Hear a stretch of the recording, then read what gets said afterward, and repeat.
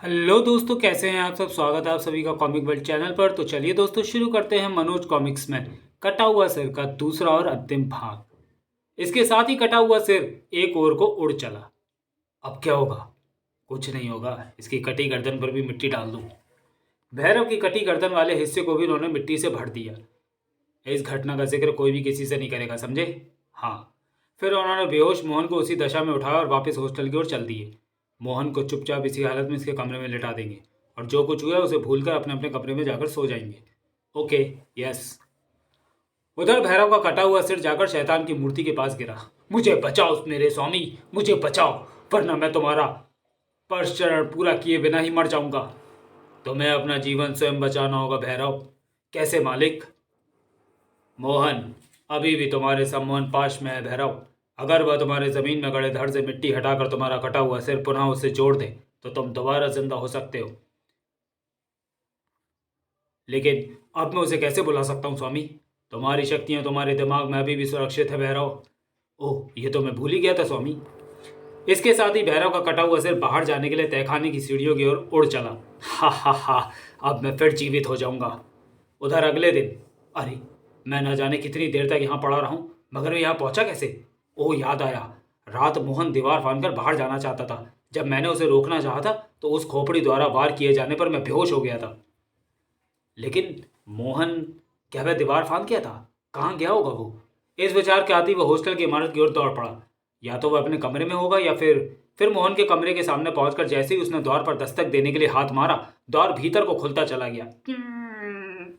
ओह, द्वार तो खुला है। अरे ये तो सो रहा है। ठीक है, अभी इसे सोने ही दूं। जागने पर इससे रात की घटना के बारे में पूछूंगा। लेकिन जैसे ही वो कमरे से बाहर निकला, नहीं, बचाओ बचाओ, हा हा हा हा, पहले मैं तेरा खून पीऊंगा, फिर मोहन को ले जाऊंगा। कटे हुए सुर को अपनी ओर बढ़ते देखकर चौकीदार तेजी से सीढ़ियों की ओर भागा। बचाओ, हा हा हा, अब तो मैं कोई नहीं बचा सकता। बचाओ। तभी अचानक उसका पांव सीढ़ियों पर से फिसल गया। नहीं, और आई था था। न जाने मौत को सामने देखकर उसमें कहां से इतनी हिम्मत आ गई थी कि ऊपर से नीचे गिरकर बुरी तरह घायल होने के बावजूद भी वह उठकर एक तरफ को भागने लगा था। आह, बचाओ बचाओ। लेकिन उसका दुर्भाग्य वह फिट होकर गाकर गिर पड़ा था। नहीं, तुम्हारी मौत आ चुकी है, मुझे अपनी प्यास बुझाने दो। तभी वह कटा हुआ सिर चौकीदार की गर्दन से आकर चिपक गया।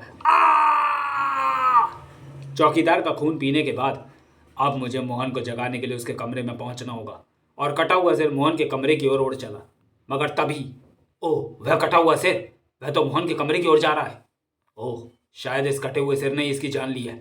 इसलिए तो चौकीदार मदद के लिए पुकार रहा था। मैं इसे जिंदा नहीं छोड़ूंगा। और उनके कुछ सोचने समझने से पहले ही अकबर कटे सिर के पीछे दौड़ पड़ा। मैं तुझे मोहन की जान नहीं लेने दूंगा, कुत्ते। वह तेजी से दो दो सीढ़ियां फलांगता हुआ ऊपर चढ़ने लगा। लेकिन उसके ऊपर पहुंचने से पहले ही कटा सिर अचानक पलटकर भयानक हटास लगाता हुआ उसकी ओर लपका। अब मैं तुझे भी जिंदा नहीं छोड़ूंगा छोकरे, हा हा हा हा। मैं भी तुझे किसी की जान लेने के काबिल नहीं छोड़ूंगा हरामजादे।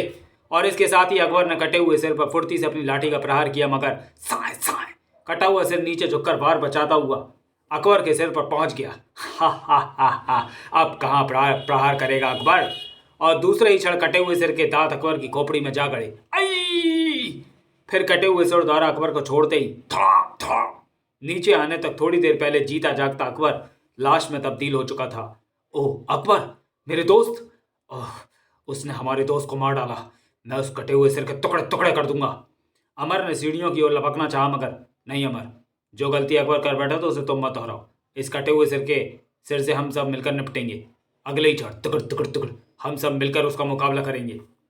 जब वे ऊपर पहुंचे, हा हा हा हा हा, पहले मैं तुम चारों को मौत के घाट उतार कर अपना बदला लूंगा, फिर बाद में अपना शरीर प्राप्त करूंगा। अटैक! एक साथ उन चारों के हाथ ऊपर उठे और थक साए तर थक ओह, कटा हुआ सिर चोट खाकर नीचे तेजी से नीचे की ओर गिरने लगा। वो मारा, वह गिरा। आह, जल्दी से नीचे उतरो। अगले क्षण तुकड़ तुकड़ फिर सीढ़ियां उतर कर वे सब जैसे ही कटे हुए सिर की ओर लपके। आई! उफ! ओ हाय! शीघ्र ही अमर प्राणहीन होकर नीचे आ गिरा था। हा हा हा हा हा हा। इसे पुनः घेर कर वार करो। हा हा हा, जरूर वार करो, लेकिन साथ ही आपस में फैसला भी कर लो कि अब तुम में से कौन पहले मरेगा। अब तू मरेगा कुत्ते। वह तीनों घेरा डालकर कटे हुए सिर की ओर बढ़ने लगे। फिर अचानक ही उन्होंने वार किया तो थाक हाय ओ थाक।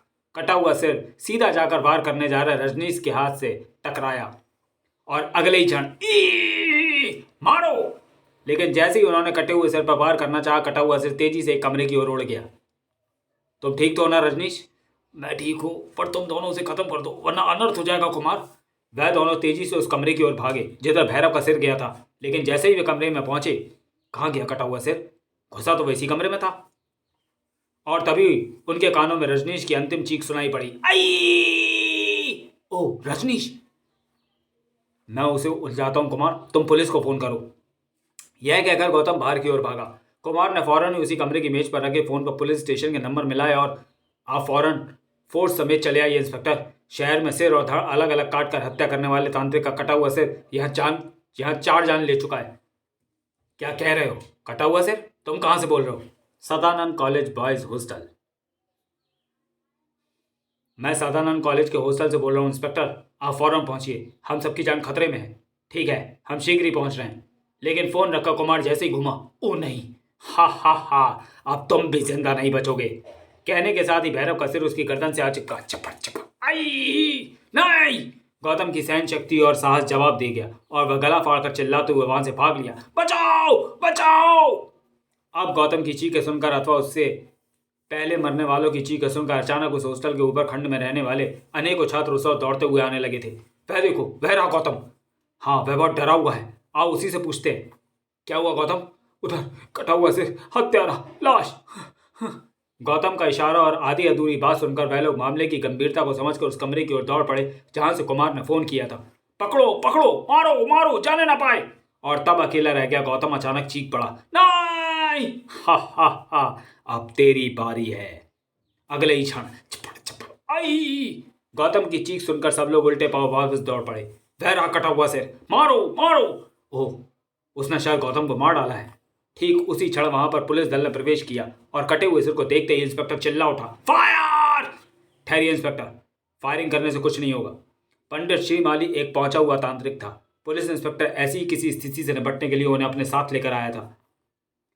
मुझे इस कटे हुए सिर की कुंडली देखने के लिए केवल 5 मिनट का समय चाहिए और आप इन छात्रों को भी उसको बढ़ने से रोक दीजिए, जैसी आपकी इच्छा श्रीमाली जी। इसलिए तो हम आपको अपने साथ लेकर आए हैं। फिर सब लोग रुक जाओ, कोई भी कटे हुए सिर की ओर नहीं बढ़ेगा।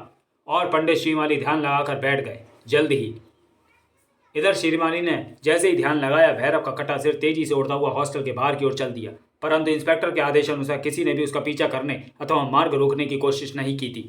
शीघ्र ही पंडित श्रीमाली की अंतर्दृष्टि कॉलेज के गेट से बाहर निकलकर एक और बढ़ते मोहन पर पड़ी।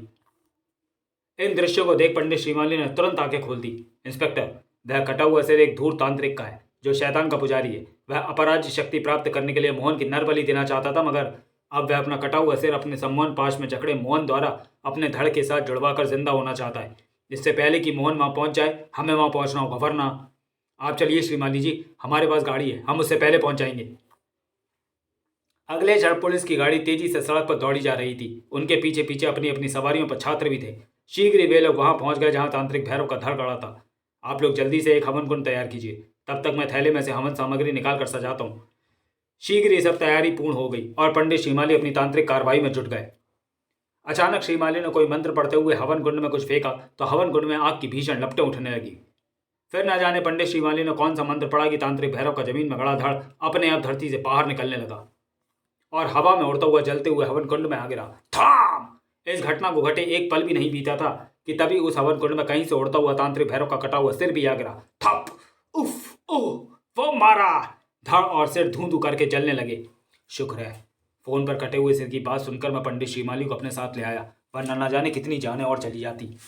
आह, मेरी तंत्र विद्या आज इंसानियत के काम आई। आज मुझे मेरे तप का फल मिल गया। उधर ठीक उसी समय मंदिर के तहखाने में शैतान की मूर्ति स्वयं ही एक भयंकर विस्फोट के साथ टुकड़े टुकड़े होकर हवा में बिखर गई और इसके साथ ही उस शहर से शैतानी चक्कर का हमेशा हमेशा के लिए खात्मा हो गया। समाप्त। तो चलिए दोस्तों, वीडियो को यहीं समाप्त करते हैं और मिलते हैं मनोज कॉमिक्स सीरीज की किसी अगली कॉमिक्स में अगले वीडियो में। तब तक के लिए धन्यवाद।